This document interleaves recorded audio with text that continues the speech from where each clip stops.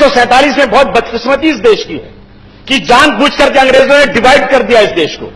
कुछ लोग पाकिस्तान चले गए, कुछ हिंदुस्तान में रह गए। अध्यक्ष महोदय, उस वक्त दिल्ली के जामा मस्जिद से मौलाना अबुल कलाम आजाद ने तकरीर किया था कि मुसलमानों मत जाओ इस मुल्क को छोड़ करके, ये तुम्हारे बाप दादाओं का मुल्क है, तुम्हें ताजमहल का हाउस में पुकार रहा है, तुम्हें लाल किले की दीवारें चिल्ला चिल्ला कर रोक रही हैं, तुम्हें जामा मस्जिद का मीनारा पुकार रहा है, ये तुम्हारे बाप दादाओं का मुल्क, ऐसे छोड़कर मत जाओ, तुम्हें यहां इंसाफ मिलेगा, यहां का संविधान बनेगा जिसमें हिंदू मुसलमान सिख ईसाई अमीर गरीब सब के सब को एक नजर से देखा जाएगा। मगर आज क्या हो रहा है इस देश के अंदर?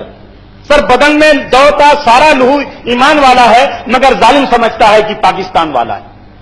कहीं भी छोड़कर अपनी जमीन नहीं जाते, कहीं भी छोड़कर अपनी जमीन नहीं जाते। हमें बुलाती है दुनिया मगर नहीं जाते। हम उन मुहाजिरों से अच्छे तो ये परिंदे हैं, शिकार होते हैं, लेकिन कहीं नहीं जाते। इस मुल्क में संविधान बना कि हिंदू और मुसलमान को एक तरह का उनके साथ हिसाब होगा।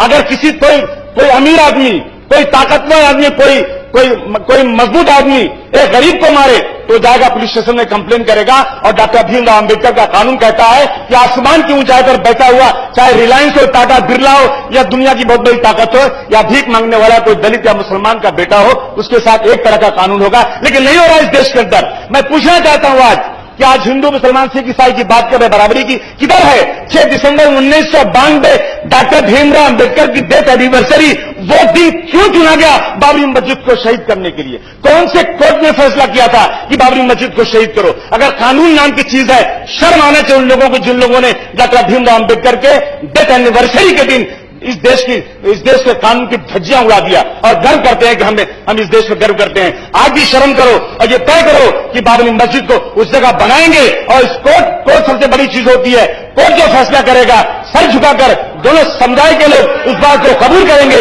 ये देश के अंदर होना चाहिए। अध्यक्ष महोदय, मैं संविधान की बात कर रहा हूं। अध्यक्ष महोदय, इंसान में कोई फर्क नहीं होना चाहिए, परंतु इस देश में इंसान के नाम पर फर्क किया जा रहा है। अध्यक्ष महोदय, इस देश का कानून कहता है ये देश सेकुलर है, ये देश सेकुलर है, इसमें हिंदू और मुसलमान रह सकते हैं। इस देश को हिंदू राष्ट्र। अध्यक्ष महोदय, अगर एक लफ्ज संविधान से निकल जाए ये देश हिंदू राष्ट्र है, टूट जाएगा ये देश, खत्म हो जाएगा ये देश। और संकल्प करो आज इस देश को हिंदू राष्ट्र नहीं, बच्चों करो राष्ट्र रखेंगे।